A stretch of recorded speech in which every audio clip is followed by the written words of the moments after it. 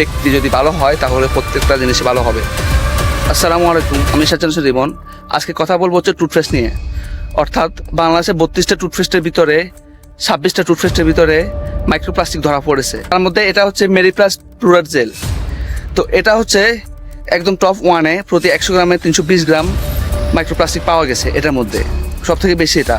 কিন্তু আমি হচ্ছে রিসেন্টলি বলতে অনেকদিন হয়ে গেছে, আমি ডাক্তার দেখাইছিলাম দাঁত নিয়ে। তো ডাক্তার হচ্ছে আমাকে এটা সাজেস্ট করছে, সব থেকে ভালো হচ্ছে এটা। আমি জানি না মাইক্রোপ্লাস্টিক এটা কীভাবে ক্ষতি করে বা বিস্তারিত আমি ওরকমভাবে দেখি নাই, বাট ক্ষতিকরের ভিতর হচ্ছে এটা হচ্ছে 1 নম্বরে। অর্থাৎ ডাক্তাররা যত সাজেস্ট করছে আমাকে এটা নেওয়ার জন্য আমি নিলাম, আমি ইউজ করতেছি দীর্ঘদিন ধরে। কিন্তু এটা হচ্ছে এই ক্ষতির ভিতরে 1 নম্বর। আপনি দেখেন যেখানে ডাক্তাররা টপ ওয়ানে সাজেস্ট করছে সেখানে এই জিনিসটা টপ ওয়ান ক্ষতিকারক হয়ে গেছে। এবার দেখেন আমরা কোন দেশে বসবাস করতেছি যেখানে ডাক্তাররা পর্যন্ত ভুলের ভিতরে রয়ে গেছে। ঠিক আছে, আমরা কাদের কাছে যাব?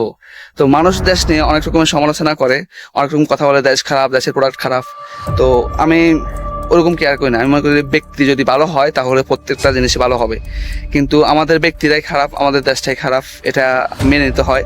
আবার রিসেন্টলি হচ্ছে তেল নিয়ে হচ্ছে একটা নিউজ বের হয়েছে। তেলের নিউজটা নিয়ে আমি দেখি, রিসার্চ করে এরপর হচ্ছে আমি ভিডিও বানাবো। তো যাই হোক, আমরা কাদেরকে বিশেষ করে আমরা জানি না, সবাই সতর্ক থাকবেন। আর আমার মনে হয় এখন এই মুহূর্তে আমাদের হচ্ছে ম্যাশক ছাড়া আর কোনো উপায় নেই।